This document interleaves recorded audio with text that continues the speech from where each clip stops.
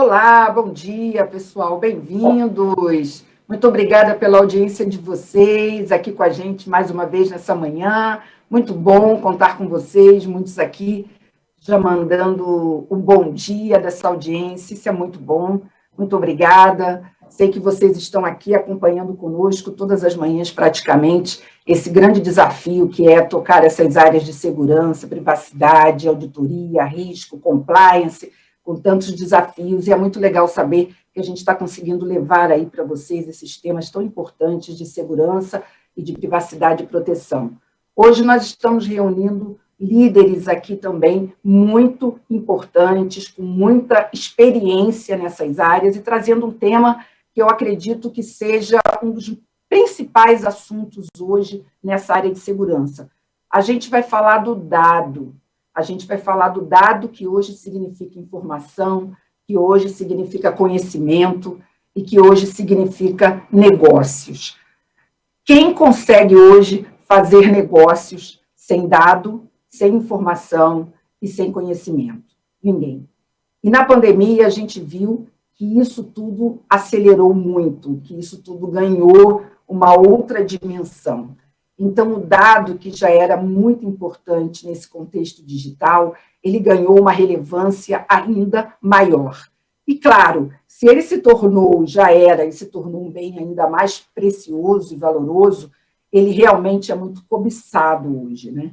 Então, com certeza, essa cobiça atrai todos os interesses, não só das empresas, mas também dos cybercriminosos. E a gente está vendo aí o que está acontecendo, o quanto que esse dado se tornou valioso e como ele está sendo negociado aí na bolsa do cybercrime, né? Nós estamos vendo aí as negociações acontecerem. Então, a gente precisa falar muito sobre como que esse dado hoje está sendo transitado dentro das organizações, quem realmente tem poder sobre esses dados, como que esses dados ganham autonomia, como que esses dados são acessados, quem é responsável por proteger esses dados, como é que você socializa esses dados, mas garante a proteção desses dados, enfim, todas as questões envolvendo dado, informação e conhecimento precisa ser muito discutida aqui na TVD. Então, nós agora temos um novo parceiro, que é a Delphix, é uma empresa que trabalha exatamente com dados, com informações e com conhecimento. Então, a gente está trazendo essa parceria para a TVD para a gente abrir esse novo canal de debates sobre dados. Então, nós vamos agora, junto com a Delphix, criar uma série de debates aqui na TVD para falar de dados, para falar de conhecimento sobre dados, informação sobre dados, como protegê-los, como resguardá-los, como acessá-los e como recuperá-los, tá bom? Então, a gente vai começar essa jornada agora na TVD junto com a Delphix. Eu acho que vai ser uma fase muito interessante, vai ser uma série de programas e de conteúdos sobre dados. Eu tenho certeza que vocês vão gostar bastante, porque eu acho que é um conhecimento muito importante para toda a nossa audiência. Eu gostaria de trazer, então, os nossos convidados desse programa. São convidados super especiais que eu quero apresentar para vocês. Então, aqui com a gente, mais uma vez, o Alex Leal Rhodes, que é CISO Latam da GRSA Compass. Alex, seja super bem-vindo aqui mais uma vez na TVD, o nosso especial. Bom dia. Super bem-vindo. Bom dia, Graça. Obrigada. Bom dia, Graça. Obrigado. Obrigada a você. Com a gente aqui também, mais uma vez, o Bruno Napolitano, está sempre aqui conosco. O Bruno é CISO do Banco Neon. Obrigada, Bruno. Obrigado, Graça, pelo convite. Conosco também aqui, representando, né, as mulheres em Cybersecurity, minha parceira, sempre também conosco, Cássia Carmonário, gerente de SI do Sumitomo Mitsui Banking. Bem-vinda, Cássia. Oi, bom dia, obrigada, Graça, bom dia a todos os telespectadores. Obrigada. Também aqui conosco, Douglas Rocha, Information Security Executive Manager no Banco Inter. Bem-vindo, Douglas. Obrigado, Graça. Obrigado, pessoal. Bom debate. Prazer. E agora quero convidar para vocês conhecerem, estreando aqui na TVD, o meu parceiro da Delphix, o Rafael Borges. O Rafael é Field Service Manager Latam na Delphix, e junto comigo nós bolamos esse tema. Eu tenho um super prazer de trazer esse assunto. Há muito tempo eu queria falar sobre dados aqui na TVD, e gostaria, então, que vocês conhecessem o Rafael. E, Rafael, suas boas-vindas também para esse timaço que a gente reuniu e para toda essa audiência que está conosco hoje aqui. Muito obrigado, Graça. Bom dia, muito bom dia a todos. Muito bom, muito obrigada, Rafael. Pessoal, na nossa primeira rodada, nós vamos falar exatamente sobre um pouco que eu comentei nesse início, né? O dado hoje, ele é de extrema importância. Quando eu falo dado, eu falo do dado e toda a dimensão que o dado tem. O dado como matéria-prima, né, dos negócios. Mas o dado, ele vai ganhando ao longo do seu percurso, né, do seu ciclo de vida dentro de uma organização, ele vai ganhando corpo, né? Então, ele vai se tornando informação, e a informação e o dado e todos os seus desdobramentos, ele vai tendo hoje muitas dimensões. Então, quando eu falo dado, é o dado que está sendo, né, trabalhado dentro da organização, mas também é o dado que está vindo de fora, das mídias sociais, das redes sociais. Hoje não dá para a empresa não trabalhar com dados relacionais, não relacionais, enfim, dado, informação hoje, tudo é importante para uma organização. E todos esses dados fazem parte e estão realmente dentro desse universo que a segurança precisa proteger, porque são dados importantes, são dados de negócios e todos eles são matéria-prima para toda essa esfera da organização. Então, nós vamos falar nessa primeira rodada do desafio que é você trabalhar com esses dados, dar acesso a esses dados para o negócio, mas também garantir essa proteção num cenário onde a gente tem, de um lado, a LGPD, que está aí, a partir de agosto a gente sabe que vai mudar, vai ter sanções, vão ter multas, um cenário cibernético também bastante desafiador, com vazamentos, com ataques cibernéticos, mas o dado precisa estar lá, precisa ser acessado, precisa movimentar os negócios. Eu vou começar trazendo dos nossos convidados o Alex Rhodes, para falar um pouco. Alex, você tem aqui pela sua bio, que inclusive está disponível aí para vocês, pessoal. O Alex ele tem 17 anos já de experiência em SI, e você, Alex, atuou aqui, pelo que eu tenho aqui na sua bio, em diversas posições de liderança aí no mercado, setor bancário, saúde, utilities, consultoria, varejo, food services, então, enfim, vários desses negócios. Pela sua experiência em ter atuado em tantas áreas, você acha que em todas elas o dado ele se torna, em todos esses mercados, um fator preponderante e é tão difícil, tão desafiador cuidar desse dado, ou em alguns setores você acha que o dado ele se torna mais ou menos crítico porque envolve mais informação de redes sociais, mais informação, mais dados não relacionais? Como é que você vê essa perspectiva e esses desafios do dado em setores tão diferentes? O que você pode compartilhar com a gente sobre a sua experiência? Graça, eu vejo assim que o dado sempre foi importante, mas agora ele ficou exponencialmente mais importante, né? E assim, o negócio está se desenvolvendo com uma velocidade enorme, né? As variáveis, as fontes de dados estão se multiplicando, né?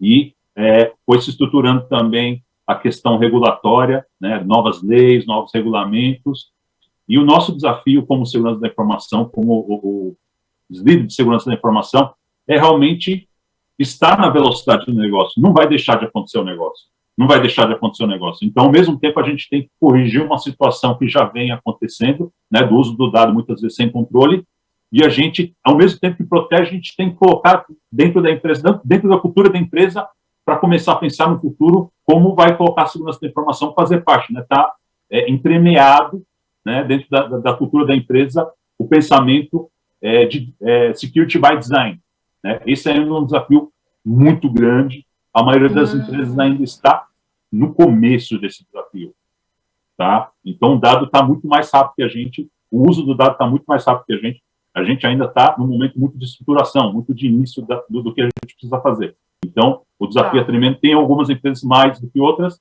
mas não tenha dúvida que todas as empresas, todos os segmentos têm um desafio tremendo que talvez não saiba nem ainda o tamanho do desafio. Então, realmente é um desafio aí para todos, aí com certeza os colegas aí vão trazer também opiniões aí que vão convergir para esse lado, e, assim, não está fácil, e não vai ser fácil. Tá, quer dizer, o que você percebe, independente aí das áreas, né, Alex, é que o dado está numa velocidade muito grande, muito maior, quer dizer, na velocidade do negócio, e que essa velocidade é muito maior e que a segurança está correndo atrás, quer dizer, o security by design é um sonho de consumo, mas que na prática ele ainda não está acontecendo na velocidade do dado. Perfeito, ótimo, excelente. Eu trago agora o Bruno Napolitano. Bruno é, como eu falei no início, né, responsável pela segurança de informação do NEON. Estou observando aqui a bio do Bruno. O Bruno tem profundo conhecimento em segurança, governança, controles, compliance, né, trabalhou com gestão de áreas de risco, auditoria e posições de liderança em Itaú, Votorantim, Cielo. Então, para o Bruno, eu vou trazer aqui uma questão voltada exatamente para essa área de controles. Quer dizer, quem trabalha muito voltado para controles, e no setor financeiro, o pessoal fala, é mole, setor financeiro é onde tem mais controle, então o dado está sob controle aí. Segurança by design aí está certinha, está começando na hora certa, tem bastante controle, tem auditoria, Banco Central está de lupa lá em cima, está facinho, né, Bruno? Está facinho, Bruno? Não está facinho. Primeiro, bom dia, obrigado pelo convite, obrigado aí pelos nossos companheiros. Só queria voltar numa palavra que você falou muito interessante, né, que os dados para a gente, ele é uma matéria-prima, né, em que a gente vai fomentando os dados, só que para a pessoa do outro lado, ou para as pessoas do outro lado, quando eles pegam os nossos dados, eles já pegam um produto acabado, né, porque a gente vai lá, a gente planilha, Exato. A gente faz, e ele já pega o produto acabado que o dinheiro, que vale muito mais, né. Exato, já está lapidado, é que nem um diamante, né? Exatamente. Aquele está bruto, mas na hora de negociar o diamante já está lindo, né? Já está lapidado e já vale outra coisa. Exatamente. Né? Então, falando um pouquinho da experiência, eu sou talvez uma das únicas pessoas que trabalham com tecnologia, mas minha formação é contabilidade, né? Não me formei em tecnologia. Olha só. Eu sou contador e há muitos anos atrás migrei para o mundo de tecnologia. Quando eu trabalhei em bancos, né, grandes bancos, grandes empresas regulamentadas, a gente vê que se nós seguíssemos todas as normas e as regras que o Banco Central nos pedem, né, e até mesmo o Código Civil de Internet, nós já estaríamos quase que protegidos até mesmo antes da LGPD. Mas de um tempo para cá eu migrei para startup, para fintech, e a gente vê que o nosso mundo ele é muito diferente, onde realmente a gente trabalha com dado, que é o dado mais, é o bem mais precioso que a gente tem, até mesmo para a gente conquistar mercado, a gente precisa de ter esses dados na mão. E a partir de agora a gente passa a ser regulamentado pelo Banco Central, que a gente conseguiu, né, a licença do Banco Central, e agora é o meu grande desafio de a gente sair de uma startup, de uma fintech, para passar para uma empresa regulamentada, de como a gente trabalha com os dados, onde a gente armazena os dados, e para mim o desafio está sendo enorme. Por quê? Porque são pessoas, às vezes, que nunca trabalharam em segmentos regulamentados, que não possuem, né, essa maturidade, o porquê que agora não pode ser assim, o porquê que agora não pode ser assado. Então, o desafio aqui está sendo muito grande, não é fácil, quando você começa a tentar podar as pessoas, e a velocidade do dado, ela é 1000 vezes maior do que a maturidade de uma área de segurança de informação. Então, às vezes eu brinco que às vezes a gente está enxugando gelo, né? Enquanto a gente está pensando em algo que as pessoas estavam fazendo há um mês atrás, né? Eles já estão pensando em novas alternativas, em novas tecnologias, e a gente não consegue se atualizar, né? Às vezes a gente fica muito enxugando gelo, e isso nos prejudica demais. E aí tem vários fatores que fazem com que isso acontece. Às vezes, até mesmo falta de experiência no nosso próprio time, falta de capacidade do nosso time, falta de pessoas no nosso time. A gente sabe o que a gente está sofrendo por falta de recursos, até mesmo por falta de empresas no mercado que têm recursos para nos ajudar, porque o nosso mundo está muito escasso. Então, às vezes aqui, falando de coração aberto, a gente fica muito enxugando o gelo e a gente não consegue pensar no futuro, né? Aquela área de segurança da informação, para pensar em novas tecnologias, para apoiar o negócio como eu sempre sonhei, cada vez mais está difícil de a gente criar essa área para a gente poder apoiar o negócio. Perfeito, perfeito. Então, na verdade, eu acho que duas coisas muito interessantes.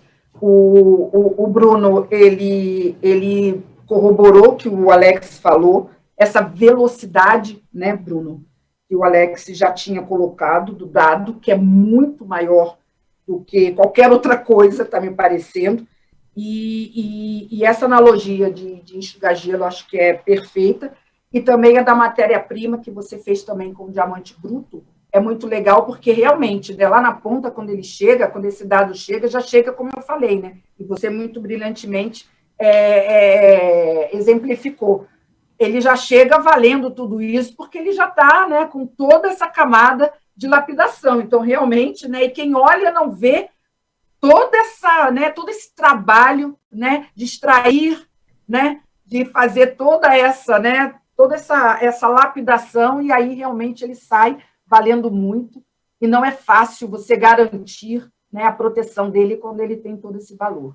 Muito interessante, muito bom, muito boas essas analogias, né, para a gente poder entender essa trajetória. Excelente essa nossa primeira rodada. Vamos continuar com essas experiências riquíssimas dos nossos convidados, e agora eu trago a Cássia Carmonário, que a Cássia, como eu falei, representando aqui as mulheres que cada vez mais atuam e crescem aqui na nossa área de cybersecurity.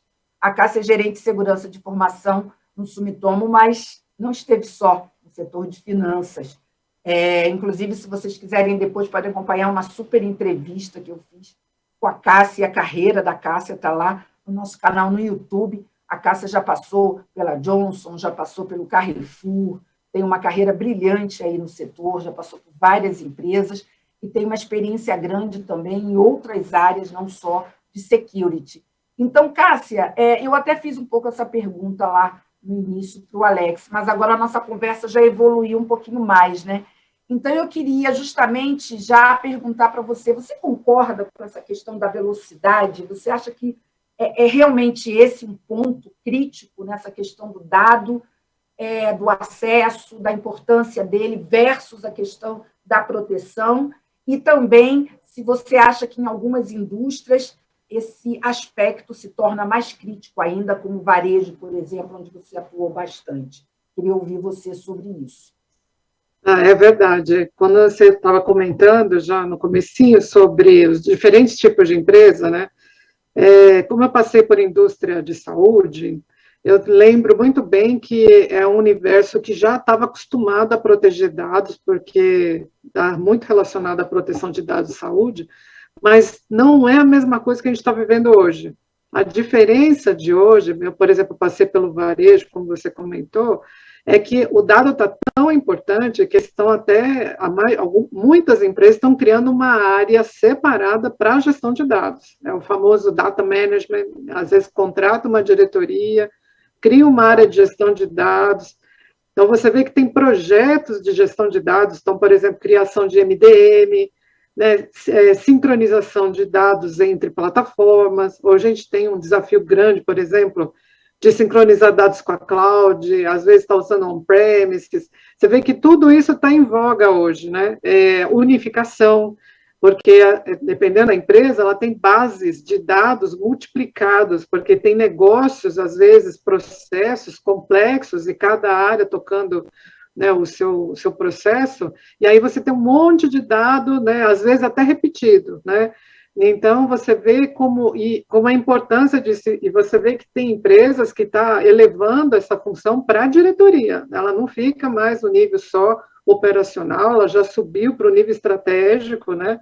O assunto já começa a ser discutido entre o board, e a área de segurança, eu concordo com o que o Bruno falou, ela fica correndo atrás, né? Porque é muito difícil a gente conseguir fazer a segurança entrar junto, né?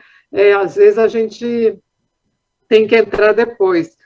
Eu acho que a gente está vivendo também um outro mundo interessante com relação à ferramental. Está chegando muita ferramenta, tem um monte de solução.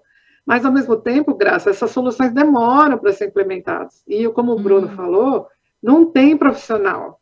Então, assim, até você escolher uma ferramenta, até você, né, você tem todo o processo de compras, de seleção de fornecedor, de fazer uma POC, até implementar, né, começar a fazer, às vezes demora de 6 meses a 1 ano para começar a usar uma ferramenta. Né? Então, quanto é 1 ano para uma empresa? Ela já está correndo atrás, ela está gerando mais dados, já estão fazendo mais ideias, e aí, de novo, a gente está sempre atrasado. Né? Então, realmente, dá para notar, né, que algumas indústrias já têm o hábito, já tinha, digamos, a proteção do dado na veia, mas você vê que a importância do dado, ela mudou muito ao longo dos anos, e realmente as empresas estão dando bastante foco nisso, mas a área de segurança também está um pouco ainda correndo atrás, aí quando a gente falou do HG, eu concordo. Né? E você trouxe mais um aspecto importante que, de certa forma, o Bruno já tinha pontuado, né? Mas você intensificou, né? Existe um tempo, né, que não dá para encurtar, que é o da implementação de uma solução e ainda o gap de recursos humanos, né, Cássia? Isso está se tornando muito crítico no setor, né? E isso tem praticamente em todos os nossos encontros aqui, nos nossos programas aqui na TVD, isso tem sido comentado, né, que realmente está ficando muito difícil. Então, além de correr atrás, né, nessa velocidade do dado, ainda encontra esses desafios, né? Muito bem pontuado, muito bom. Vamos agora ouvir o Douglas. O Douglas é Information Security no Banco Inter, 20 anos de experiência em segurança, que todo mundo, né, com muito tempo de experiência em segurança cibernética, mas também redes, infra, né, e gerenciamento em cloud, AWS. Então, atua como engenheiro, especialista, revisor de SI em projetos de negócio e infra. Então, Douglas, observando aqui seu currículo, acho que todos os profissionais de segurança passam também muito por infra, rede, mas vendo aqui essa sua experiência, né, e redução de riscos, vou ir um pouco por esse caminho, né? A questão do dado hoje está muito atrelada a risco, né? E um dos desafios que a gente percebe grande quando você parte para olhar o cenário de fora, né, dos ataques, enfim, o cenário de cyber, é justamente como relacionar, né, a importância do dado, de acessar, de compartilhar esse dado da empresa e o risco que ele tem, né, do ponto de vista dos ataques, de todo mundo, né, lá fora, como a gente falou, esse dado ganha outra dimensão, ele vira realmente um diamante, né, lapidado e muito valioso, né? Então, como que você vê hoje a dificuldade de fazer com que todo mundo na organização entenda o risco desse dado e a importância desse dado no universo externo? Bom dia, Graça. Obrigado. Bom dia. Complementando um pouco do que os colegas já colocaram e fazendo um dipara entre setores, né? O setor financeiro ele já é bem regulado, mas tem lá os seus desafios também. Esse mundo de startups que brotou aí de alguns anos para cá, existe uma permissibilidade no acesso aos dados fora do normal. E a LGPD veio exatamente... Você acha? Acho. Trabalhei em todos os mundos, tanto consultoria quanto startups, quanto empresas corporativas e mundo financeiro, e existe essa diferença, sim. Tem ambientes mais permissivos, onde o desenvolvedor, isso assim, é bem comum para todas as empresas, mas em ambientes mais regulados, você tem a obrigação de limitar um pouco o acesso àqueles dados. Mas existem empresas onde vira muleta o acesso ao dado, a um banco de dados de produção, para executar um troubleshoot, por exemplo. Então, você tem que criar ali meios de não parar o negócio. Claro, o desenvolvedor, o engenheiro, ele precisa realizar uma análise de algum problema, mas ele não pode ter acesso ao dado cru, de forma, assim, deliberada. Então, precisa, sim, de processos, precisa de uma análise de risco em cima dos dados, qual a qualidade daquele dado, como o dado está estruturado. Não é fácil fazer esse levantamento, mas precisa de... Esse é o primeiro passo para você conseguir construir uma proteção efetiva para aquele dado. Então, tem a classificação da própria informação, porque o dado puro e cru, eu vou pegar até do que o Bruno tinha colocado, no diamante bruto ali, né, do dado, mas quando se condensa, se faz toda essa lapidação nos dados, você começa a ter muita informação. E essa informação precisa ser classificada, porque só com a classificação ideal em cima da informação você consegue determinar qual é o nível de proteção adequado para aquela informação. Então, sim, eu sei que a gente não pode parar o negócio, segurança de informação tem que estar alinhada ao negócio, mas é difícil quando não se tem uma análise de risco adequada em cima para mapear exatamente quais são os processos, quais são os dados que são utilizados em cada processo e como que eu posso fazer aí você aplica todos os controles de segurança, controle de acesso, criptografia e filtração dos dados. Se você não souber como proteger, você não consegue permitir que a área de negócio ou que a área de TI de sustentação trabalhe com aqueles dados de forma segura, minimamente segura, né? Então, Perfeito. é um desafio grande, é um desafio grande. Muito bom. O Douglas contribuiu mais ainda nessa primeira rodada, trazendo já, de certa forma, Rafael, o gancho aí para o nosso segundo bloco. Mas antes de passar para o segundo, eu queria que você comentasse essas colocações iniciais, que eu achei sensacionais, e só reforçando, até para a audiência, eu vou reforçando porque eu sei que tem pessoas que vão entrando aí, desde quando a gente começou às 10, eu vou acompanhando aqui a audiência, o pessoal vai entrando, né? Ainda tem pessoal entrando aqui. Nós estamos numa primeira rodada, onde a gente foi ouvindo aqui os nossos convidados aqui no nosso programa, e tivemos aqui a última colocação do Douglas, ressaltando, né, a velocidade, né, realmente é grande aí dos dados, mas ele pontuou a análise de risco, porque, assim, é muito dado e muito veloz. Então, e a segurança correndo atrás. Então, analisa, classifica, porque, de repente, tem que ver o que realmente tem mais risco e o que realmente se precisa, né, proteger mais ou talvez estabelecer uma estratégia, né, de risco para se ter uma noção do que precisa, né, proteger mais ou menos. E aí ele terminou com uma frase: se não souber como proteger, vai ficar difícil, que é o gancho do nosso segundo bloco. Então, Rafael, eu queria que você comentasse um pouco aí essas questões, velocidade, correr atrás, enxugar gelo, esses pontos todos de fricção, ferramenta demora, viu, Rafael? Ferramenta demora, um recado aí para a indústria, ferramenta demora, falta gente para implementar. Enfim, queria que você comentasse um pouco aí as colocações feitas aí nessa primeira rodada. Sim, obrigado, Graça. Pessoal, eu fiquei assim, muito surpreso com os comentários de todos os convidados aqui, e assim, é muito comum, né, os desafios que nós vemos nas empresas. Eles precisam ter agilidade, precisam acompanhar a inovação do negócio, e toda a área de tecnologia está envolvida nesse desafio, né? O que é importante é sempre ter uma visão, né, e tentar ter uma visão fora da caixa, né, porque muitas vezes nós estamos presos ali, como o Bruno colocou muito bem, né, poxa, às vezes eu gasto muito tempo enxugando gelo, né, as equipes, a gente não consegue acompanhar muitas vezes a velocidade necessária para estar protegendo e estar entregando ao mesmo tempo, né? E então, assim, é um desafio muito comum.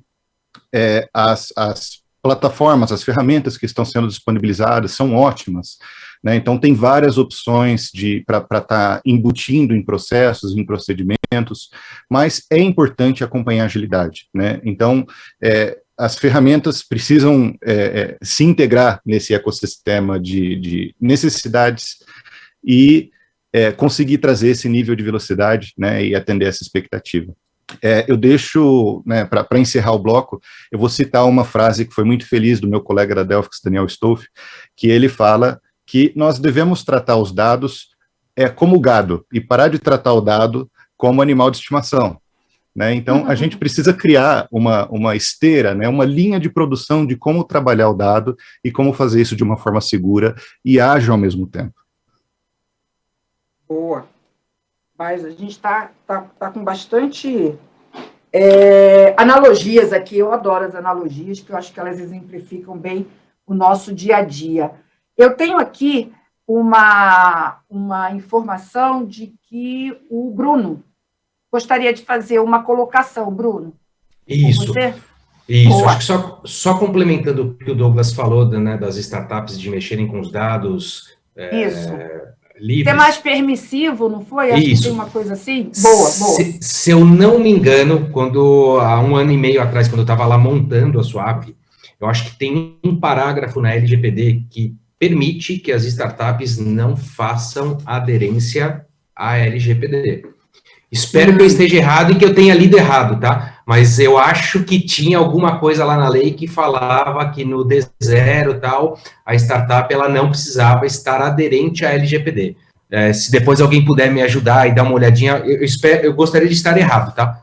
Mas eu me lembro que tinha um parágrafo desse na norma, então por isso que tem a permissividade das pessoas do dado livre, eles não têm essa preocupação que hoje nós, no segmento regulamentado, nós temos com os dados. Mas eu espero que tenha mudado esse parágrafo, tá?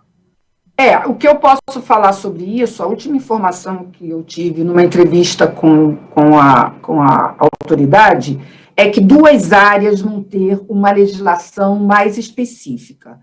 A área de pequenas e médias empresas, que inclusive já está mais avançada, se eu não me engano, já está para sair uma legislação específica, e startups também.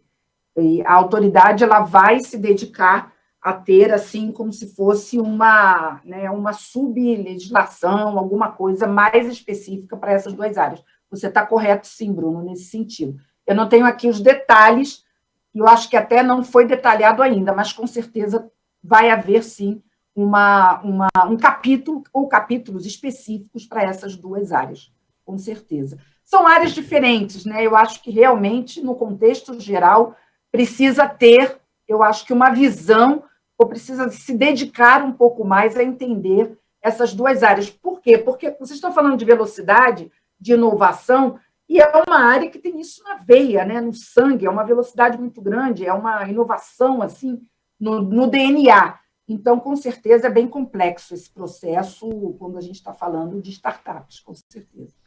Posso também complementar um pouquinho? Por favor, Cássia, com certeza.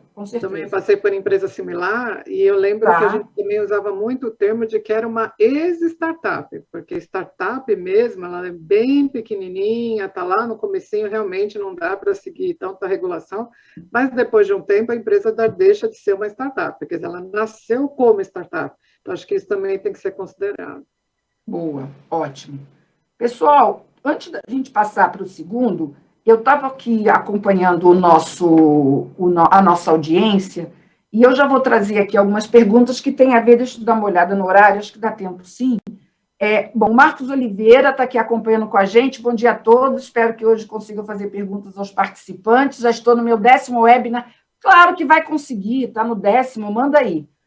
Outro que está aqui com a gente é o João Aurélio dos Santos Lima. Bom dia, Graça Sermu. Bom dia a todos os palestrantes. Adorei o time que se reuniu hoje. Então, manda a pergunta. Alfredo já mandou pergunta aqui. Ele diz o seguinte, para qualquer um dos palestrantes, dos convidados. Na minha opinião, o negócio requer uma velocidade que, muitas vezes, nós não conseguimos acompanhar como CISOs. O que fazer? Minha pergunta.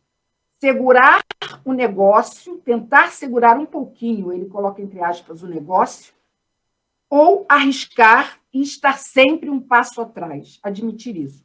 Os usuários estão cada vez mais autossuficientes, pelo menos pensam assim, isso é um perigo. O que vocês acham? Dá para tentar segurar um pouquinho?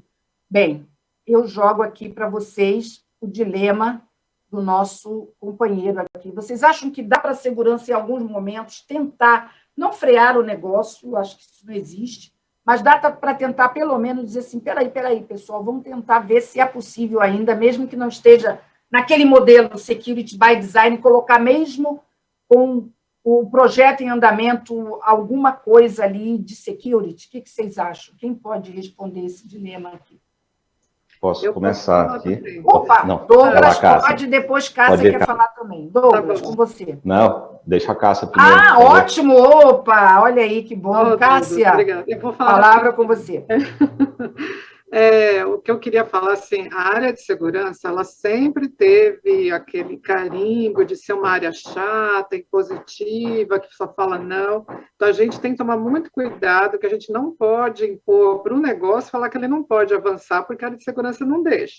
Então, a gente tem que continuar com esse clima de parceria, a gente tem que achar soluções e tem que trabalhar junto. O que, às vezes, a gente pode fazer, como eu já tive uma experiência, é tentar colocar pessoas de segurança dentre certos departamentos, porque daí você descentraliza um pouco e a segurança passa a ser ali, já fica ali na ponta. É uma solução, mas isso é claro, não é uma coisa que você faz da noite para o dia.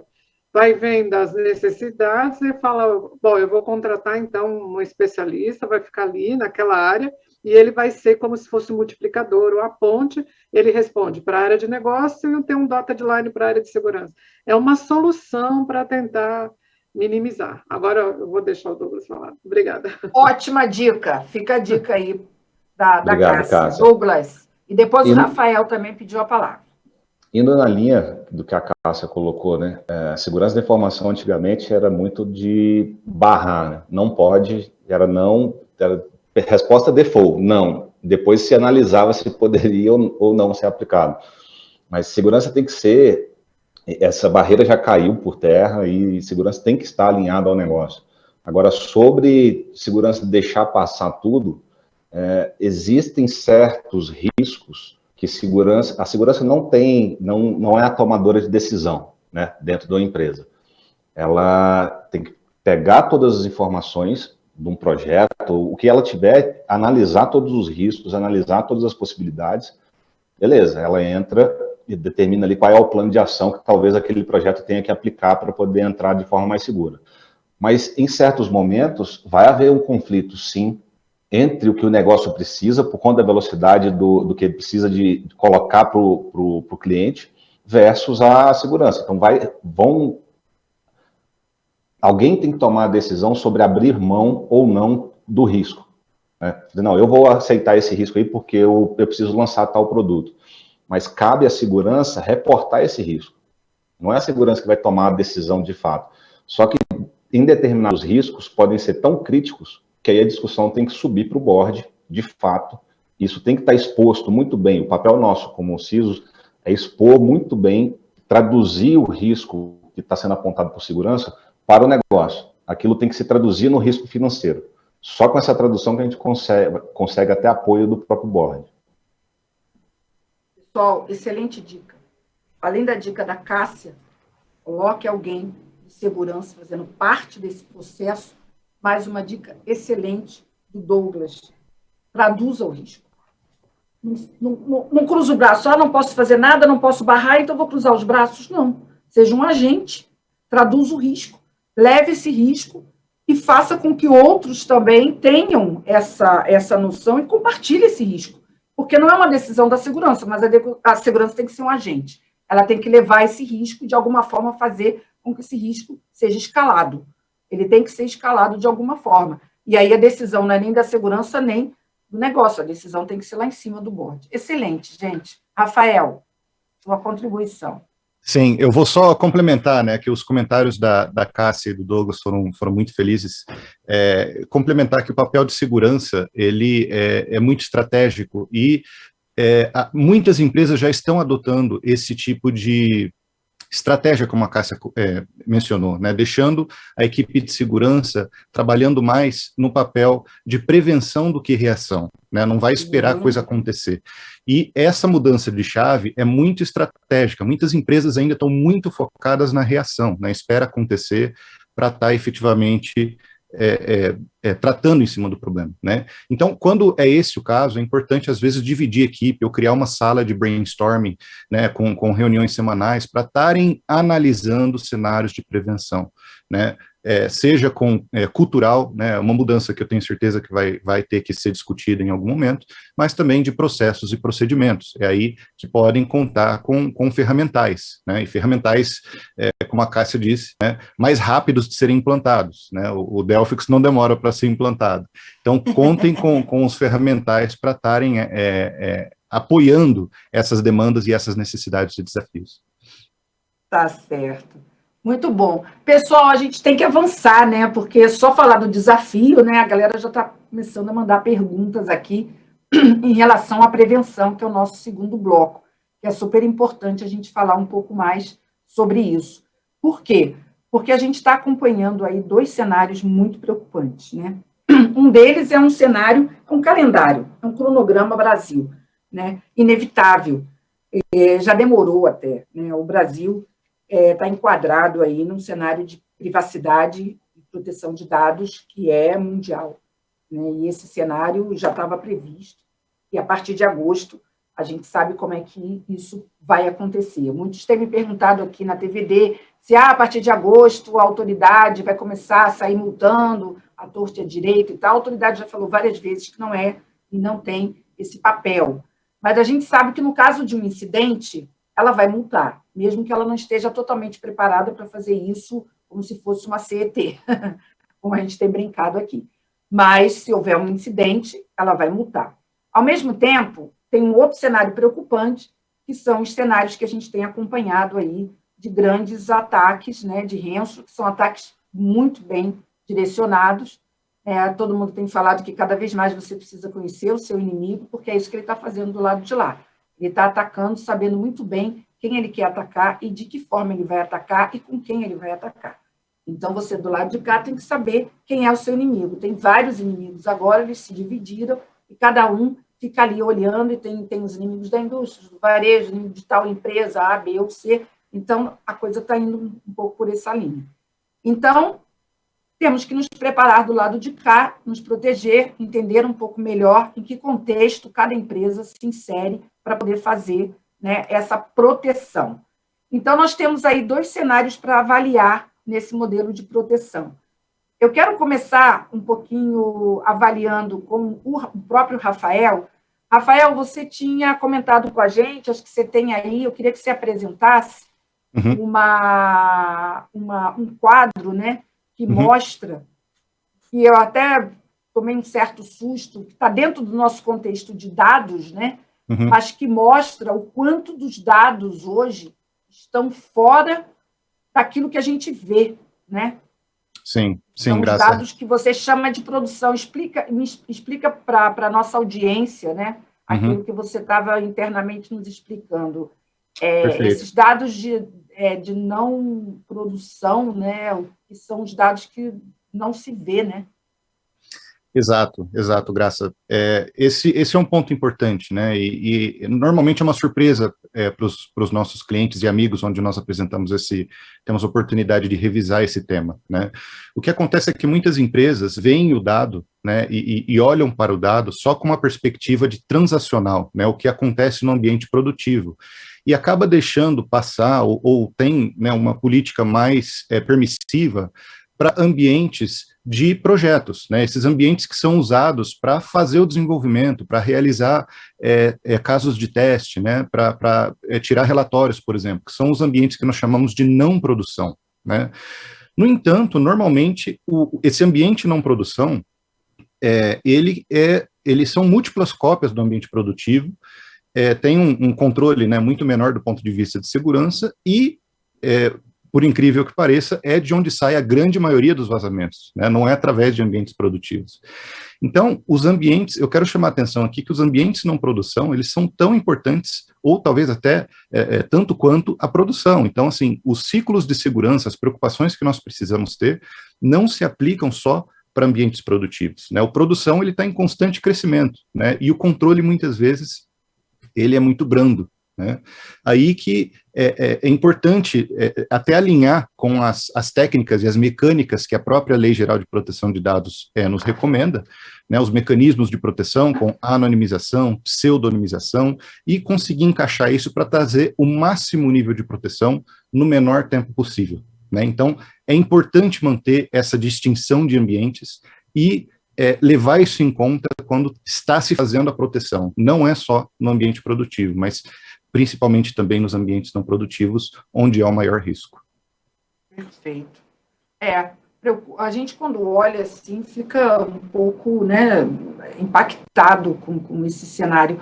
Ô, Bruno, assim, claro, né, isso é uma visão que o Rafael traz, mas você, quando você olha, dado, né, o que mais preocupa, né, na tua visão, assim, independente da imagem e do cenário que o Rafael trouxe, mas hoje, para você, aonde você acha que está realmente maior preocupação? É no desenvolvimento? São nos dados não relacionais? Aonde você acha que está a maior preocupação e aonde você acha que tem que se dedicar mais à questão realmente da proteção?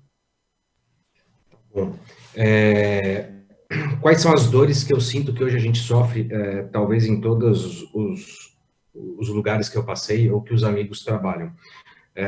Os times de desenvolvimento, eles tiveram um crescente de tecnologias muito grande nos últimos anos, né? Então, a gente se preocupou muito com o .NET, agora as pessoas querem se preocupar com Linux, as pessoas querem usar Mac, aí tem aquela briga da pessoa de segurança da informação que não quer deixar a pessoa ser admin de máquina, mas se no Linux ele não é admin de máquina, ele não trabalha, se no Mac ele não é admin de máquina, ele não trabalha, aí vem a pessoa de segurança e fala não, que ele não pode ser. Então, vem toda aquela briga, aquela discussão. Eu sempre gostei muito que a gente trabalhasse por esteiras, né, de trabalho, ou seja, esteiras de desenvolvimento, homologação e produção, que são algo que são exigidos até mesmo pelo Banco Central, que a gente tenha as esteiras bem definidas. Mas agora, com esse dado que o Rafael me mostrou, e até então, vou pensar um pouquinho da cabeça antiga, né? Eu, Bruno antigo, eu pensava muito com o dado produtivo, né? O dado que o pessoal fala em produção. Aí você acaba dando algumas liberdades para o time de QA, para o time de desenvolvimento. Ele não está trabalhando em produção, ele não acessa o ambiente produtivo, vamos deixar ele trabalhar da forma que ele quer. Mas agora esses dados que o Rafael me mostrou, me preocupou bastante. E são áreas que elas são bem permissivas em acessos, né? Então, de novo, a gente se preocupa muito ali com o pessoal não acessar o banco de dados de produção, mas em contrapartida, como a Cássia bem comentou, né, tem áreas criando diretorias só de data, né, e que aquela pessoa em data, ela vai lá, ela tem a permissão de escrever, ela tem a permissão de leitura no banco de dados, e não necessariamente os controles que a gente possui nesse time, né, são os mesmos controles que a gente possui no time de produção. Então, obrigado, Rafael, por ter nos trazido, me mostrado esse dado, e eu vou refletir o meu pensamento um pouco aqui da forma de atuar com essas outras áreas.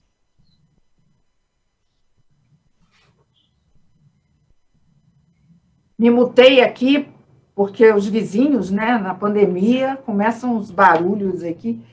Eu queria ouvir um pouco mais vocês sobre exatamente esse bloco agora, do como proteger em cada área, né, onde está essa preocupação e como proteger. Então, o Bruno falou um pouco sobre a parte de dev, né, essa parte de desenvolvimento.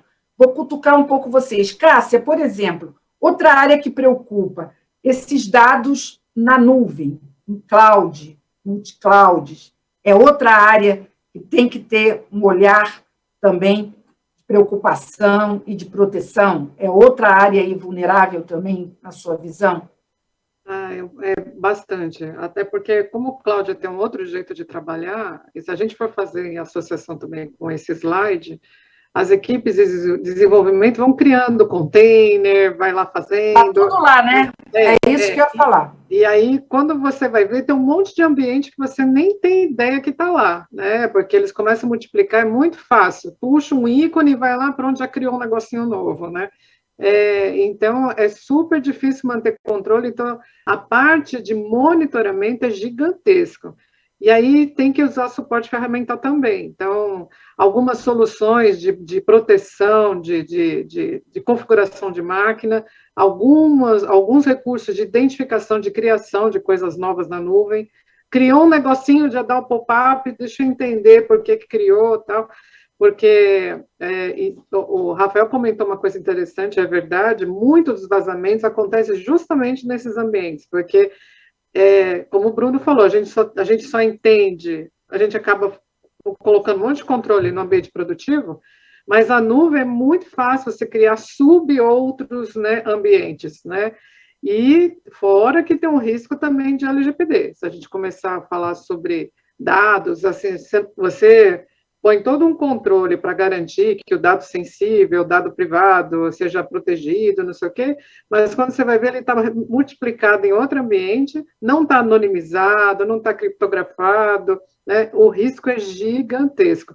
Fora a senha. Aí a pessoa fala, mas isso aqui é um ambiente de teste, eu vou botar uma senha X, compartilha com everybody, né? Então, é um ambiente super perigoso. Então, assim, cloud dá muito trabalho, porque é um ambiente muito flexível, muito fácil, né, de você ampliar e multiplicar os problemas, e criar um ambiente completamente sem controle. Então, a gente tem que estar de olho, dá bastante trabalho.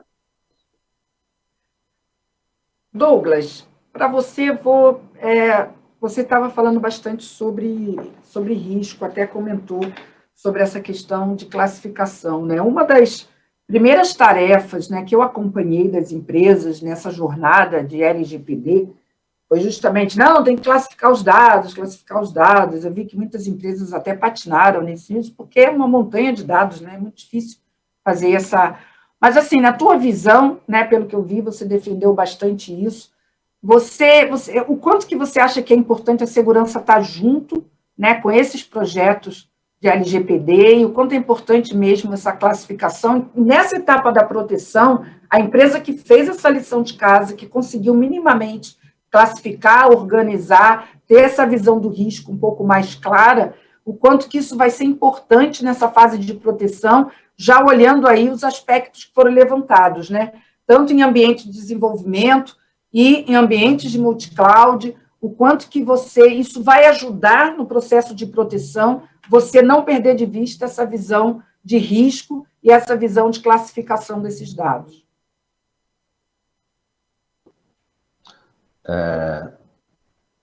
Falando de proteção, né, dos dados aí, independente de ser cloud ou on-premise, uma vez feito esse levantamento dos riscos, né, quais são os processos mais críticos, quais são os dados mais críticos que estão sendo tratados, qual área precisa realmente para o dia a dia, né, daquela área, há necessidade de criar os guarda-reios não somente na cloud, para ter ali, evitar que algum admin ou algum dev subam ambientes apartados, comece a replicar o banco de dados e começar a nascer várias réplicas desse banco para troubleshoot ou para outras finalidades. Então, existem maneiras ali, as próprias clouds já possuem esses guarda-reios para você aplicar, seja por código, seja por ferramental. Por código dá mais trabalho, mas a gente consegue também aplicar. A segregação total do ambiente produtivo versus um ambiente de homologação e o mapeamento do ambiente de homologação, de que tipo de dado o dev está populando, né? Como é que é essa base de dados que o dev está subindo para fazer os testes, para fazer um troubleshoot, por exemplo. Já passei por situações do dev, preciso fazer uma exportação da base de produção, porque na base de homologação eu não consigo simular o erro. Mas por que não consegue simular o erro? Aí eu vou entender no detalhe que o dev, no ambiente de homologação, não sobe, porque ele quer só codificar, né? O banco de dados não está representando as mesmas tabelas, a mesma estrutura que o ambiente produtivo. Com certeza não vai apresentar o mesmo erro. Então, precisa ter esse... É difícil. Isso que eu estou falando, assim, não é algo fácil. Sim, é bom que fique claro, né, Douglas? Senão o pessoal que está assistindo fala, pô, o Douglas fala, parece que é fácil. Não é, né, Douglas? É algo muito complicado de se fazer, mas é algo necessário. Por quê? Porque aí o desenvolvedor, ele vai ter um ambiente ali estruturalmente similar ao ambiente produtivo e conseguir simular o erro. Levando um pouco para o lado do usuário, né? A gente precisa ter esses guarda-reios, que é nas campanhas de conscientização, esse mapeamento do risco já feito anteriormente, então você já consegue colocar uns níveis de proteção para cada tipo de informação, para cada criticidade de cada informação, e educando o usuário, se ele vai enviar um dado para fora, pode ou não pode, ele tem que saber disso. Mas não só saber, não só na parte de educação, você também tem que colocar a barreira, né, do envio, porque trazendo agora para o lado do setor financeiro, né, existe um risco tremendo de alguém fazer um export. Às vezes, um insider tem acesso às informações e ele vai ali fazer um export da vida financeira do Douglas, por exemplo. Uhum. Isso é uma invasão ali na vida financeira minha. Mas levando para o lado, por exemplo, sei lá, vamos colocar aqui um Spotify, uns streamings da vida, onde o ambiente, porque os devs, eles tratam muito mas lá no Spotify faz isso, lá no Netflix eles trabalham dessa forma. Só que lá, se vazar um dado, vai vazar o quê? Vai vazar um cadastro básico do cliente deles e um dado de cartão. Aqui não, aqui a gente vai vazar histórico financeiro inteiro. Ou, se está trabalhando numa empresa de saúde, vai vazar o histórico de saúde inteiro da pessoa. Existe uma diferença gritante aí dos setores. Mas campanhas de conscientização têm que ser muito bem feitas. Esses guarda-reios, então, setor financeiro tem muito o uso do DLP, né? Então, para se tunar direito um DLP, você precisa da classificação da informação bem feita. Uhum. Por quê? Porque se o próprio usuário, tendo a consciência, ele classifica a informação como pública, ok, ele vai conseguir enviar isso para fora. Se está como interna, ele não vai conseguir enviar isso para fora, mas ele vai conseguir permear isso dentro do ambiente da instituição. Perfeito. Então, são várias as vertentes que têm que ser trabalhadas. Relacionadas a isso, né? Exato.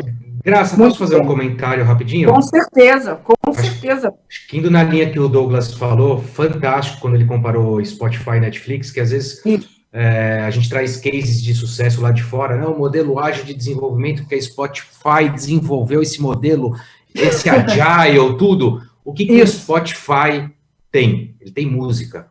O que a Netflix tem?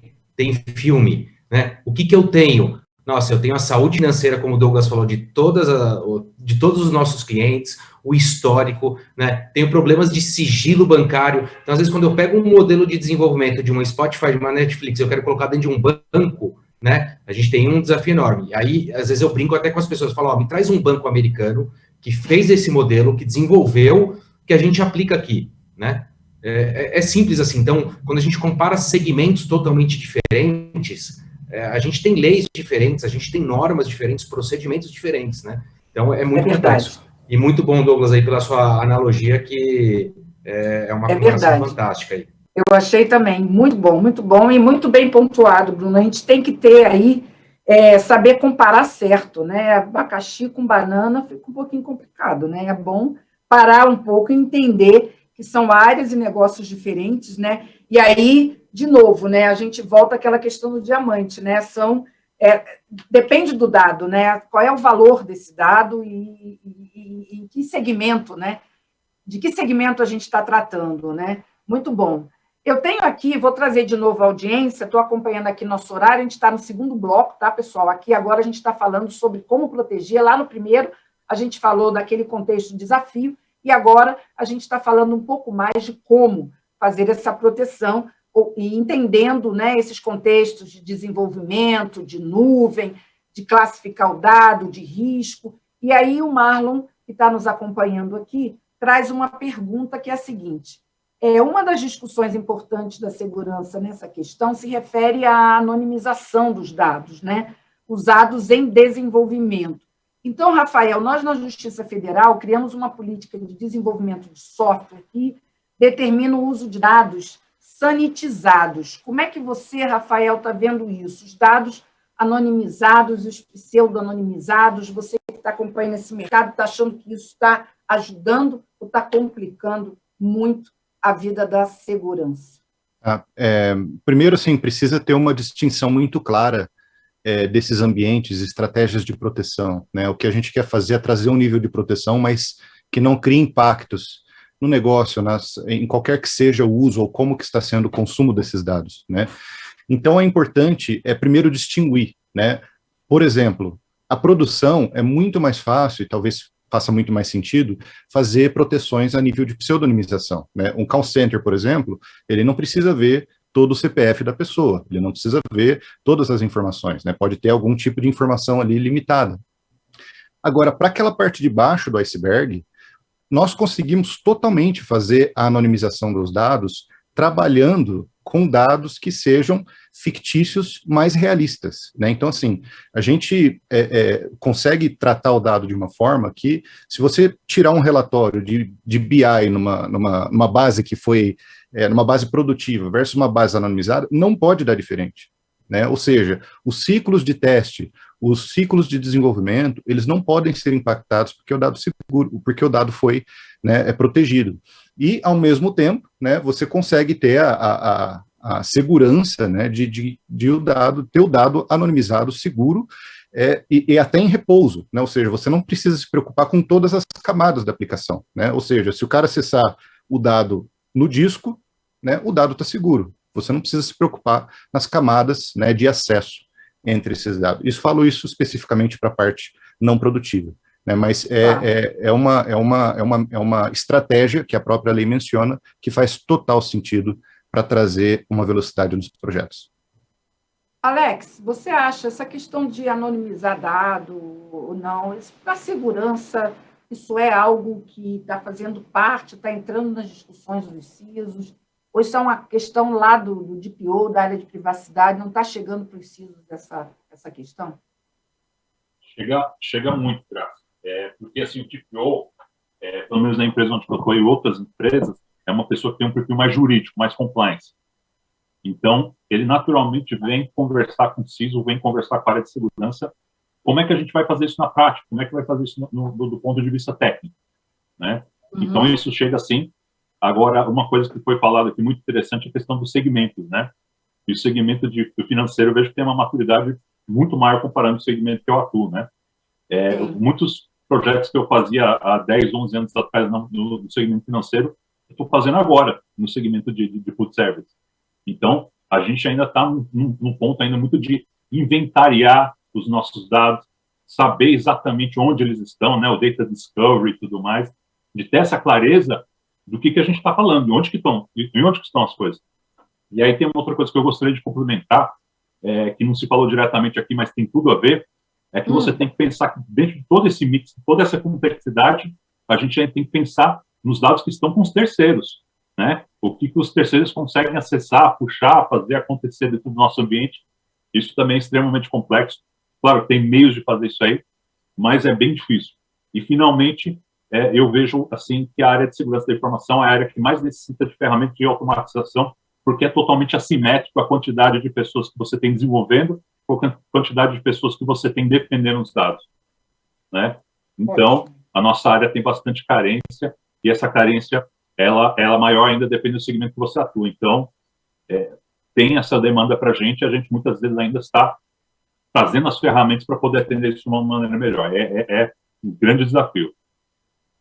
Muito bom, a Alex trouxe aqui mais 2 aspectos, pessoal, muito importantes, né? Dados de terceiros nessa proteção, não perder de vista, e a necessidade nessa proteção de automatização. Ainda queria ouvir, antes de passar para o terceiro bloco, se mais algum de vocês pode, mas tem mais umas 2 ou 3 perguntas sobre anonimização e pseudo-anonimização na área de segurança. Cássia, Douglas... Eu queria falar... Boa, Cássia, por favor. A anonimização parece que é uma coisa razoavelmente simples, quando o exemplo, né, que o Rafael deu, tal área, não precisa ter tal dado, então você vai lá e criptografa ou pseudo-anonimiza, mas dependendo da estrutura de banco de dados que já foi criada, tem coisa que fica difícil de você anonimizar, porque a estrutura foi desenhada errada, né? Então, eu já peguei casos onde todos os bancos de dados de clientes estavam indexados pelo CPF, ou seja, eu não consegui esconder o CPF, ele era um índice de busca.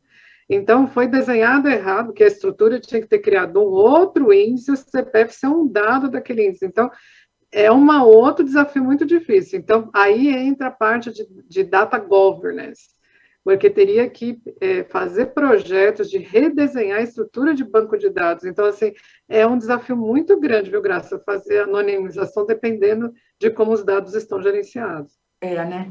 E vocês acham que a segurança ela tem que fazer parte desse projeto de anonimização, né, Cássia? É fundamental que ela esteja envolvida nisso, né? Sim, sim, até porque geralmente as áreas que estão preocupadas com dados estão preocupadas justamente em ter acesso e não em restringir acesso. Né? Então, a gente tem que ficar sempre apontando os riscos de ter acesso somente ilimitado, para dizer assim, ó, não é bem assim, cada um tem que ter o seu privilégio e certos dados têm que ser disponibilizados e outros não. Perfeito. Bruno ou Douglas querem acrescentar algum dado sobre isso? Bruno? Só fazendo um comparativo, Douglas? principalmente quem já trabalha aqui, conhece de PCI, já tem um ambiente assim mais, entre aspas, né, um processo mais preparado para falar disso quando senta com a área de negócios para tratar da anonimização dos dados pessoais, né? Porque, em se tratando de PCI, quando você consegue construir um ambiente, né, bem estruturado, com realmente os processos que precisam de ter o dado em claro, se separa daqueles processos que não precisam de ter o dado em claro, mas precisam só de ter uma referência ao número do cartão. Claro que tem os pesos diferentes, né? Em dados pessoais eu estou tratando de vários tipos de dados. PCI a gente trata só do número do cartão e alguns dados a mais. Mas se você não precisa realmente trabalhar com esse dado em claro, anonimizar é o melhor modelo, é o melhor cenário. Mas, só finalizando esse comparativo, no ambiente de PCI é mais fácil pela quantidade dos dados que você está anonimizando. No ambiente para LGPD, como é que você vai anonimizar todos os dados da pessoa? É complicado de você encontrar um equilíbrio. Exatamente. Posso fazer um complemento do PCI que o Douglas comentou rapidinho? Pode. Depois eu passo também, Rafael, pedir a palavra. Pode falar, Bruno. Eu, como fui do board do PCI, concordo com o que o Rafael, com o que o Douglas comentou. Eu só vejo uma restrição nas empresas quando a gente fala do PCI, que as pessoas se preocupam só com aquele ambiente ou aquele escopo que pertence ao escopo da auditoria do PCI, né? Então, lá a gente vai, coloca todas as barreiras, os controles, criptografa, anonimiza, esquece todo o ambiente depois do escopo do PCI, né? Que aí a gente tem um problema enorme. Então, e eu sou muito a favor, né, da anonimização, pseudonimização, quando a gente coloca ele na borda, né, independe do que a pessoa vai fazer com esse dado, né? Então, ela vai mandar para fora, ela não vai receber nada. Ela vai mandar não vai receber nada. Então, coloque-se essa proteção na borda, facilita muito a nossa vida, né? Em vez de a gente ficar colocando controles segmentados, gente, coloca o controle na borda. A partir do momento que essa pessoa mandar alguma coisa para fora, ela não vai ver nada do outro lado. Isso eu sou bem favorável. Obrigado pelos comentários do PCI, viu, Douglas? Muito bom, né? Rafael, você quer complementar ainda esse Sim, tema? foram excelentes colocações aqui, Sim, da Cássia, do Douglas, do Bruno. Pessoal, com certeza, né, vocês têm total razão nos desafios que tem nessa segmentação e na diferença quando a gente fala de PCI, né, e entre segmentos. Primeiro, né, vou até dar um passo atrás aqui, porque nós falamos há pouco, acho que foi o Alex que mencionou, que precisa começar com a identificação, né, criar, saber onde está pisando, onde estão os dados sensíveis, né, e quais são os dados sensíveis. Isso é muito importante e, né, costurando com o que a Cássia estava falando há pouco, é importante ter o envolvimento da equipe de segurança, porque o que é segurança, o que é sensível para a empresa, não é só o dado pessoal do cliente, né, não é só o dado pessoal de parceiros ou de terceiros, mas existem outras informações sensíveis a nível de negócio, né, contratuais, volumes, né, sistemas de RH. Então é importante ter essa visão de o que é seguro, né, o que é sensível, e criar, né, essa definição em conjunto com as áreas, né. Uma vez que tem isso pronto, aí que entra, né, a parte de ferramental, e nós, inclusive, ajudamos justamente nessa parte também, né, de identificação de onde estão os dados, e, em seguida, né, na parte de proteger o dado efetivamente, uma vez que esse mapeamento já foi feito, ele precisa ser feito mantendo a integridade referencial, né, ou seja, como a Cássia falou, eu não posso pegar um campo-chave que é CPF e não conseguir usar ele, né? Muito pelo contrário, ele precisa ser utilizável, ele precisa ser ainda um dado válido, né? Para que os ciclos de teste, ciclos de desenvolvimento, eles precisam ser feitos, né, no mesmo nível de qualidade, ou nas expectativas de qualidade, né, e para isso nós também ajudamos, né, nesse passo de proteção, mantendo a integridade referencial com a anonimização. Tá? Perfeito. Rafael e todos os nossos convidados, vamos agora para o nosso terceiro e último bloco, que é um bloco... Ainda bem que é um bloco que a gente está aqui conversando, né? Ninguém está passando por isso nesse momento, mas é aquele bloco onde a gente vai falar um pouquinho sobre aquele cenário que a gente não quer que aconteça, com certeza, né? Que é o cenário aconteceu um incidente, né? E o ataque, além de ter acontecido, foi bem sucedido, né? Todo mundo tem que se preparar para um eventual caso como esse, né? A gente está acompanhando aí diversos incidentes bem-sucedidos, infelizmente. E a proteção do dado e a prevenção, por melhor que ela seja, não está livre de algo acontecer dessa natureza, né? E a recuperação desse dado e, principalmente, uma estratégia, né, de operação, mesmo que isso aconteça, né, ela precisa, de alguma forma, ser trabalhada também, né? Então, nós queríamos falar um pouquinho sobre isso, porque a gente tem percebido, né, que está havendo realmente, a gente tem acompanhado algumas grandes discussões sobre isso, né, envolvendo resgates, envolvendo imagem das empresas. Então, queria começar essa rodada, Cássia, perguntando para você, você acha que todos esses casos que a gente tem acompanhado, que geram realmente preocupação, você acha que levam realmente a se abrir um outro capítulo ou se preocupar um pouco mais com essa questão realmente de recuperação, de olhar com outros olhos para esse pós? Você acha que isso realmente é algo que vai ter que ser visto de uma maneira diferente também pelas empresas, pelas áreas de segurança? Esse é o desafio do momento, né? Os ataques de ransomware, que são os mais agressivos, eles estão trazendo um patamar diferente de como a organização vê a proteção de dados. Inclusive, às vezes é difícil discutir com o board de que já deveria ter uma verba separada para pagar resgate. É uma coisa que nunca ninguém discutiu isso antes, e às vezes as empresas não discutem isso, né? Porque a chance de você ser atacado por um ransomware é quase desconhecida, mas ela está aí, ela está avançando, e cada vez os ataques eles estão se aprimorando, né? A gente teve um ataque recente, que o ataque foi feito numa ferramenta, e a ferramenta então espalhou nos clientes, né? Então é um ataque já diferente, eles estão vendo caminhos de abrir para atacar as empresas, né? Então, esse assunto ele acaba tendo que ser discutido em vários níveis dentro da organização.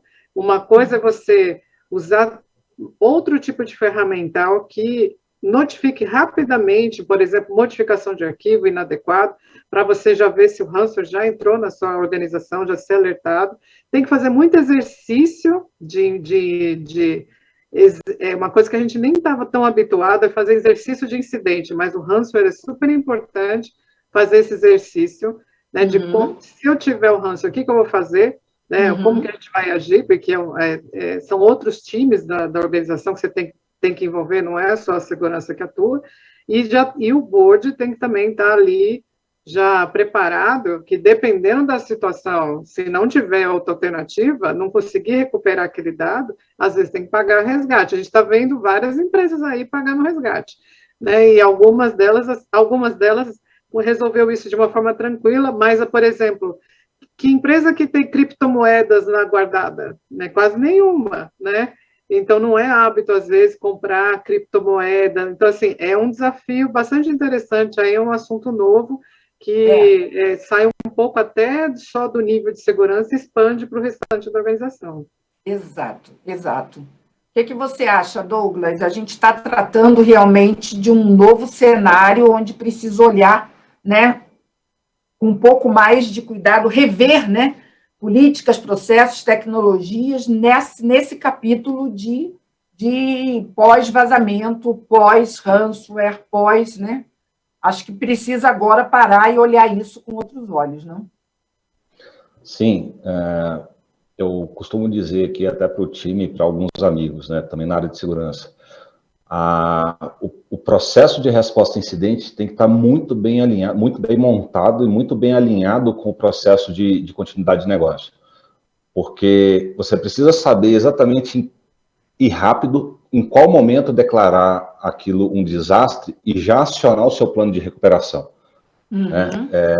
Um exemplo aí que foi, não vou dizer assim, para o nosso cenário talvez não seria o ideal, mas de todos esses últimos ataques de ransomware, se você pegar a Fuji, eu acho que foi a única que não pagou o resgate. Agora, mas por que não pagou? A gente tem que entrar no detalhe para, assim, o modelo de negócio deles, se eles podiam ficar indisponíveis por X tempo, se já tinha um processo de backup bem estruturado, um processo de restore bem estruturado. Se você tem essa confiança, esse conforto, né, que você tem os processos de teste, de validação dentro do seu ambiente, você acaba não recorrendo para um resgate, para um pagamento de um resgate. Mas se você não tem isso bem estruturado, é a única alternativa. Mas também, assim, é a única alternativa, você vai pagar, mas com qual garantia que você vai ter aqueles dados, a chave para abrir os seus dados de volta? Exato. E pior do que isso, uma vez que eles já criptografaram os seus dados, eles já copiaram esses dados. Para começar a vender isso depois, complica ainda exponencialmente a situação da empresa. Então, precisa desses processos... São questões novas, né, Cláudio, como a Cássia colocou, Douglas, desculpe, são questões novas que a gente está tendo que... É novo isso, né? É um outro cenário, né? Que a gente há um tempo atrás não estava discutindo, né? Mas surgiram e agora precisam ser levadas, né? Precisam ser vistas, né, Douglas? Eu acho que são questões novas, né? Com certeza, né? O que você acha, Alex? Você está vendo também, está percebendo que tem um outro cenário aí em jogo nessas questões agora de pós-vazamento, né? Essa questão de tudo bem, vamos fazer a lição de casa, vamos prevenir, mas temos que pensar que pode acontecer, né? E se acontecer, a gente tem que se preparar para isso, né? De alguma forma, né? Com certeza, Graça. Eu vejo assim que tem uma sensibilização do board, né? Que está muito público, né? Está muito público e o board está vendo que é um prejuízo grande em empresas grandes, não é mais aquela empresinha, aquela pessoa, né? Um grupo de pessoas foram hackeadas. São empresas gigantescas, né, que foram impactadas de uma tal maneira que elas acharam melhor pagar o resgate, que era melhor pagar o resgate do que tentar recuperar o dado, porque a empresa pensa, eu vou ficar 3, 4, 5 dias parado, o meu prejuízo não vai ser 5, 10 milhões, vai ser 100 milhões, 1 bilhão. Sim. Né? Fez então, a conta, né? Sim, fez a conta e tem aquela urgência. Teve um caso aí que estava parando o país. Né, um dos casos mais recentes estava parando o país. Imagina a pressão em cima da empresa para resolver o problema.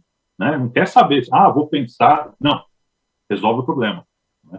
E a gente tem que trazer essa sensibilidade, que a gente não quer ficar nessa situação de ter que resolver o problema assim, a gente tem que se preparar. E aí o que também me chama muita atenção nesse segmento que eu atuo é o ponto de entrada desses ransomware, que são justamente, muitas vezes, através do phishing, muitas vezes através do usuário. O usuário está ainda com uma imaturidade. Né? Dependendo do seu público, do seu usuário, quem está na ponta, na operação, são pessoas que, na verdade, não tem nem computador em casa, a pessoa tem o celular, a pessoa não tem domínio da microinformática, não tem domínio, não tem dificuldade de entender as coisas. Então, tem um trabalho muito forte aí a ser feito, que ainda vai levar um tempo, viu? A gente ainda tem um desafio imenso pela frente. E aquele de aculturamento, né, Alex, de conscientização. Por isso que, como eu falei, esse trabalho ele é um trabalho necessário, ninguém discute isso, mas ele é lento, né? Então, não dá para ficar esperando as pessoas, né, se aculturarem, se conscientizarem, se educarem, vai ter que fazer alguma coisa. Então, Bruno, a gente já teve aqui comentários muito interessantes, a Cássia começou trazendo sim, o cenário é outro, a gente está vendo isso acontecer, acho que as empresas têm que começar até a cogitar, a pensar, né, que eventualmente talvez tenha que pagar, né, se for o caso, O Douglas trouxe um aspecto muito importante, né, que é a questão da continuidade de negócio. Temos que ver o cenário. O Alex falou, olha, é phishing ainda, é lá na ponta, a conscientização se torna mais importante ainda. Para você, Bruno, o que esse cenário pós-vazamento, o que pega aí para você? O que você acha que vai ter que parar e pensar e considerar realmente nessa questão quando acontecer algo semelhante? Tá bom, eu vou jogar uma pimenta e a Graça gosta que eu jogue uma pimenta. Acho que assim, você sempre faz isso. Vocês todos são ótimos. Vou separar Facilita o meu trabalho. Vou separar em dois momentos aqui, uma coisa que eu sempre falei e eu acho que ainda a gente usa muito pouco, mas no primeiro tópico eu vou falar a parte desumana que a pessoa de segurança no momento de um incidente deve estar passando, né? Desses casos recentes, são amigos nossos, que a gente está nos mesmos grupos de convívio, a pressão que essa pessoa sofre, né, é desumana, e eu falo isso por experiência própria, acho que só quem passou por um incidente sabe a pressão que é. Então, muitas vezes, você até leva para o board que você precisa do mecanismo A, B ou C, né, mas muitas vezes a gente só se preocupa quando acontece um incidente. E quando acontece um incidente, a primeira pergunta que vem para a pessoa de segurança é: por que você não pegou? Só que se a gente pegar muitas dos incidentes que acontecem, né, vamos supor, aconteceu um ransom. Se eu tenho um processo bem estabelecido de backup, né, eu retorno a minha operação. É de responsabilidade de segurança fazer o backup? Não, não é. Mas a pressão porque o backup não foi feito vai para cima de quem? Vai para a pessoa de segurança da informação. Um processo de CMDB bem estabelecido com os patches aplicados de segurança é somente responsabilidade de segurança da informação? Não, a gente reporta os patches que precisam ser aplicados, mas não somos nós que aplicamos os patches, né? Mas quando um patch está desatualizado e somos atacados por um phishing ou por um ransomware, a paulada vem em segurança da informação. Por que você não aplicou o patch? Por que você não reportou? Né? Então, acho que às vezes a cobrança no momento de um incidente de segurança da informação em cima das pessoas de segurança da informação, ela é desumana. Né? Eu te falo por experiência própria, é surreal a pressão, e a cobrança basicamente é só em cima desta pessoa de segurança. Parece que não existem outras áreas dentro da empresa que trabalhem para que a empresa funcione, né? É só segurança da informação. E quando a gente fala de proteção, e acho que até o Alex falou que muitas das pessoas hoje estão trabalhando em casa, e às vezes até mesmo através de um celular, é uma pergunta que eu faço para todo mundo, acho que há 2, 3 anos. Hoje, quem possui um antivírus básico num telefone, né, no mobile? Ninguém possui.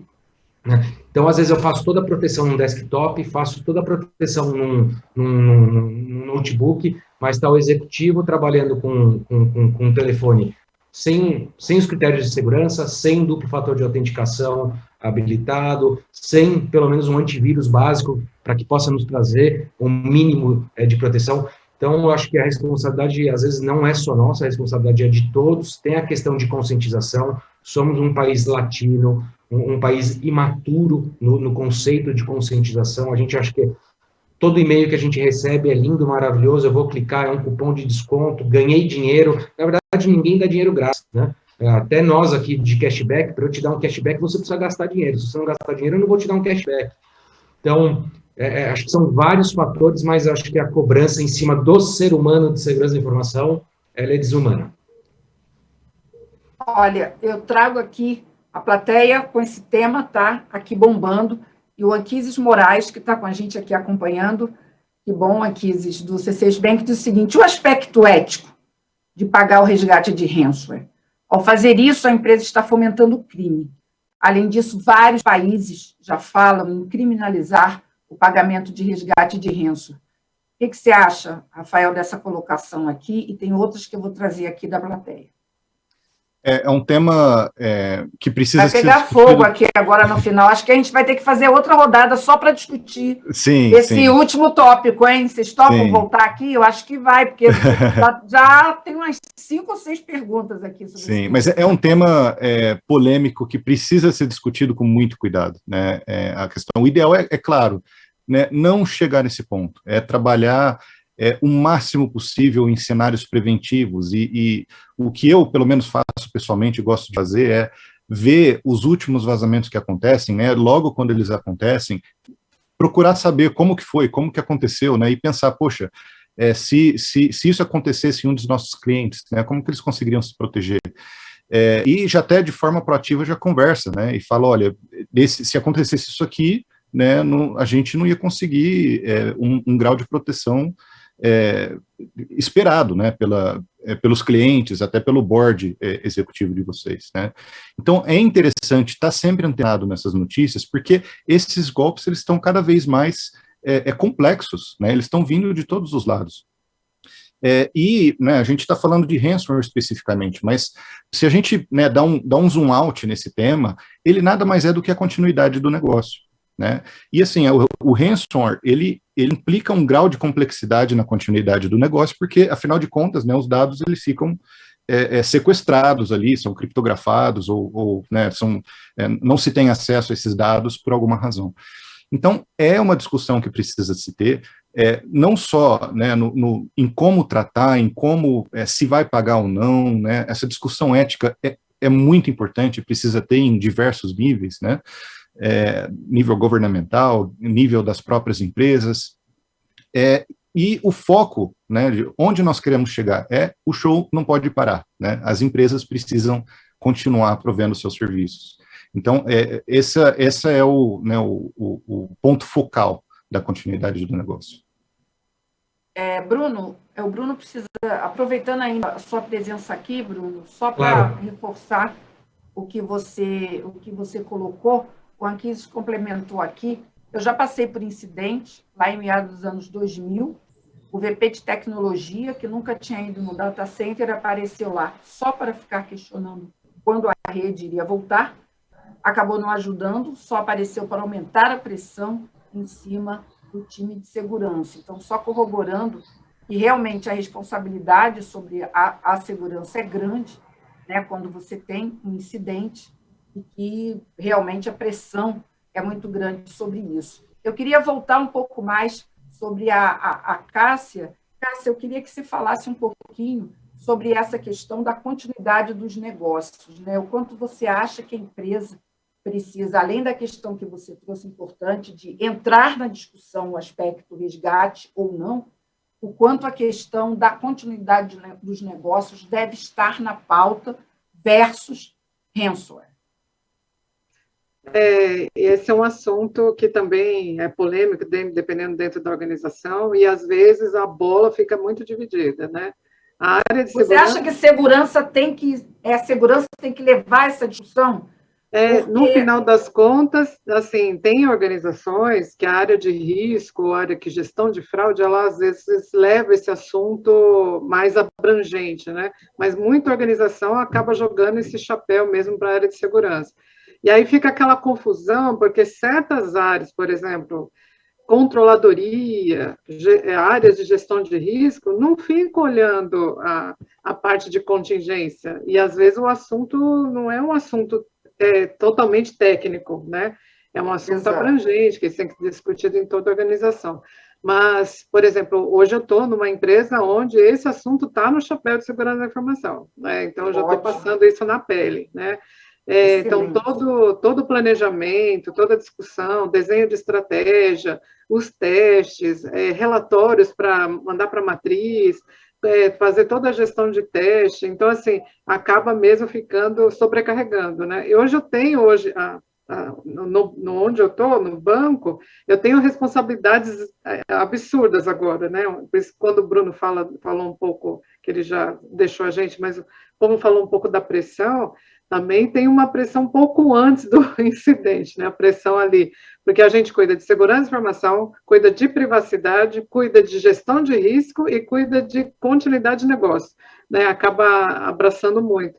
E aí você tem que ter um apoio muito grande de algumas áreas coligadas, então a área de TI, ela tem que estar pronta, né? Ela tem, como já foi mencionado aqui, fez o backup direitinho, né, está aplicando os patches direitinho, então eu vejo que a carga, né, de trabalho para a segurança está aumentando, porque a gente acaba quase que virando um chefe de outras áreas, porque a gente tem que ficar monitorando tudo que as outras áreas estão fazendo, né?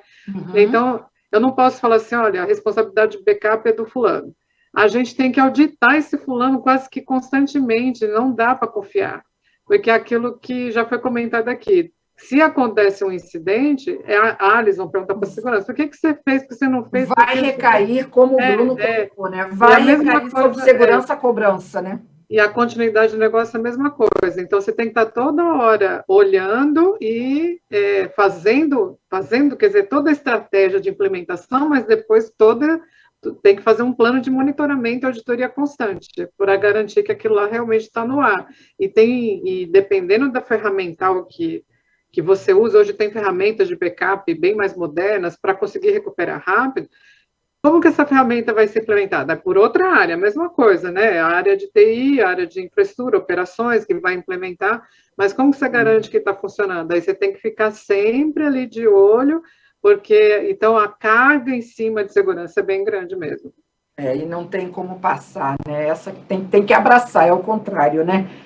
Pessoal, estamos chegando aqui, já até nosso tempo estourado, mas eu não queria deixar de ter aí uns minutinhos finais para cada um, assim como a Cássia fez aí uma quase conclusão aí. Douglas, eu queria que você deixasse aí uma mensagem final, porque, assim, o tema a gente não consegue esgotar, com toda certeza, a gente vai voltar aqui, acho que vale até, Rafael, uma rodada só, um programa só para a gente falar desse terceiro bloco, porque a quantidade realmente de assuntos para a gente falar, eu acho que ganhou uma dimensão muito grande, esse tema de recuperação, né, de dados, continuidade de negócios, com certeza. Esse é o primeiro programa que a gente está fazendo em parceria com a Delphi, falando desse início, né? Então, a gente volta, assim, para falar só sobre esse assunto. Mas, Douglas, assim, o que você deixaria aí como ponto de atenção nesse último bloco, que é de recuperação e continuidade de negócios aí, pós uma invasão? Deixa aí uma frase aí para o pessoal ficar refletindo. Bom, tudo se resume a riscos, né? Que risco que eu quero... Você, desde o início aqui, está defendendo. Olha o risco, pensem no risco, analisem o risco. Se eu quero tratar, se eu quero compartilhar, hoje tem lá seus seguros de contra-ataques cibernéticos, então tudo se resume ao qual é o apetite de risco da corporação. Né? Porque isso vai depender também do teu processo de recuperação de desastre. Então, quanto tempo você precisa a empresa pode ficar indisponível, né? Ou não. Tipo, se teve um ataque ransomware, de imediato eu já vou pagar um resgate. Então, se for para deixar a mensagem, tudo se resume a risco. Qual é o seu apetite ao risco? Boa, muito bom, muito bom. Alex, rapidinho, sua mensagem aí para o pessoal refletir um pouquinho aí sobre esse último bloco importante. Claro, Graça. Eu diria o seguinte, que o profissional de segurança da informação, ele tem que estar cada vez mais próximo ao negócio, tem que trafegar cada vez melhor com o negócio, com o board, para trazer aliados, parceiros. É isso que a gente precisa, de parceria. Aliados, né, Alex? Sem aliados vai ficar difícil, né? Está faltando. O pessoal tem que entender que a gente não pode fazer tudo sozinho. A gente precisa de parceria, a gente precisa de ajuda para fazer as coisas acontecerem. Isso tem que estar muito claro, né? Então, eu diria para o profissional de segurança da informação, busque aliados, busque mais força dentro da sua empresa para poder fazer o seu trabalho. Perfeito. Rafael, muito bom, hein? Foi ótimo, né? Acho ótimo. Que foi muito importante trazer esse tema, né? Dados.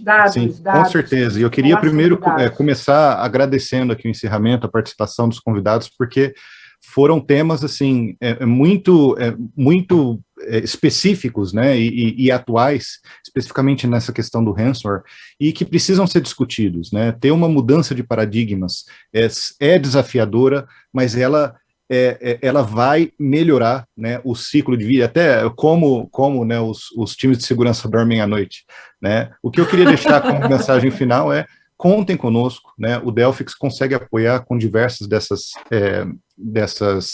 desafios à segurança, na criação de uma zona de resiliência cibernética, né, são vários casos de uso que nós podemos ajudar, contem conosco como parceiros de vocês, tá? Então, como mensagem final aqui, eu quero repetir a frase que eu falei no início, né, nós precisamos aprender a tratar o dado como gado e não como animal de estimação. Tá? Então, contem conosco para chegar nesse nível.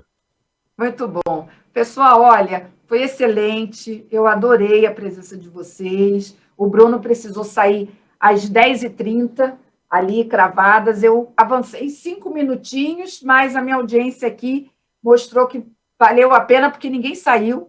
continuamos aqui mantendo a audiência, sinal que o nosso programa foi super, né, bem aceito aí. O pessoal está aqui parabenizando, viu, vocês e a Delphix por trazer esse tema de dado. O pessoal está pedindo para a gente continuar falando sobre pós-vazamento e como é que recupera, e entrar mais em detalhes sobre resgates e todo esse assunto, bem bacana. Cássia, muitíssimo obrigada. Vou começar agradecendo aqui sempre as mulheres, a presença feminina. Obrigadíssima, foi Obrigada ótimo. A você pelo convite. Fico lisonjeada. Alex, adorei. Volte sempre aqui na TVD. Muito bom contar com você. Obrigada. Obrigado, Graça. Muito obrigado. Muito obrigada, Douglas. Ótimo. Fiquei aqui, vou matutar aqui. Você deixou uma mensagem ótima aí do risco. Muito bom sua presença. Excelente. Muito bom mesmo. Muito obrigada. Obrigado pelo convite mais uma vez, Graça. Rafael, obrigada também. Muito bom contar com você. Muito bom contar com a Delphix. E para vocês, pessoal, um ótimo dia. Muito obrigada. Semana que vem tem mais programa. Continuem aqui na TVD. Eu sei que está difícil, mas a gente continua aqui firme e forte, falando dos temas. Mandem mais sugestões para a gente aqui na TVD, tá bom? Muito obrigada. Tudo de bom. Até o próximo programa. Tchau, pessoal. Tchau, tchau. Obrigado. Abraço. Até mais. Tchau. Abraço. Até mais. Tchau, tchau.